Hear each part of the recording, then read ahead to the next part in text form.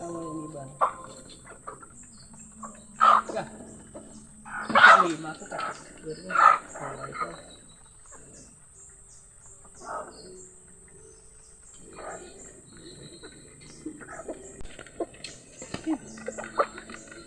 Imo karon na pating sabat kira. Meron kali. Imo nakaon mo nga. Buat ka manok. Saway ka.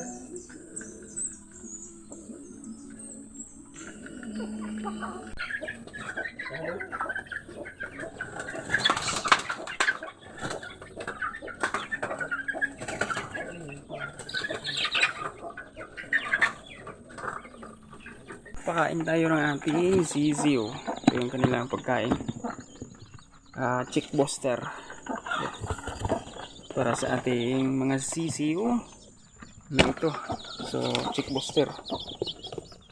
So, yung 90 na sisiw natin, nagiging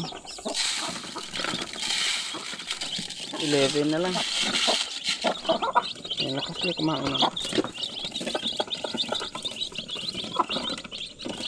Sayang yung 8 na namatay. So, pagbalik ko dito galing ganawin yan. So, yung natira is 11 na lang. Yung 8 namatay. Linagyan dito ng tubig kasi ng ating caretaker. So, palagay niya ng tubig. Yung mga sisiw na maliliit, pumasok sa loob. At ginawang swimming pool yung ating katukaan, ating feather. So nangyari nalunod yung mga sisiw. Ayan, paglunod ng mga sisiw, yun, namatay sila lahat. Yung 8 hindi makalabas kasi hinihintay niya yung pakainin sila ng kanilang ina.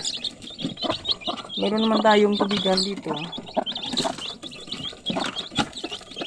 yung drinking natin para sa ating drinker natin, para sa ating mga sisiw. Yan, maliliit ko yan. 1 week old pa lang yung sisiw.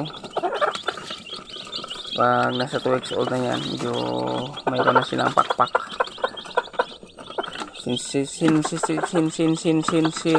Sensitive kasi sa mga sisiw, lalo na pag kabagong pisa pa lang. Kailangan talaga alagaan. Once na hindi nalagaan ng maayos, nako, patay.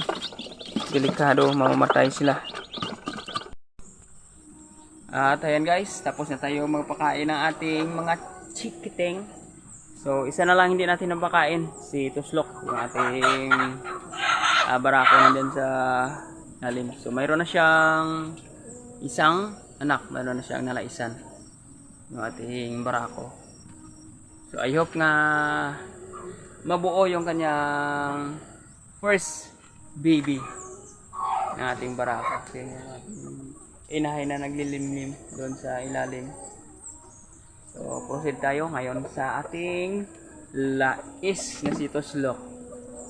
Ayan. Yung ating rooster, gusto niya. Yan, tinalay ko lang dyan para free siyang maka hataw sa mga inahin na nandyan sa labas. Once sa loob, hindi siya makahataw. So, free na free makahataw yung ating rooster na maliit. So, yung iba na nasa kulong, nagay natin sa kulungan.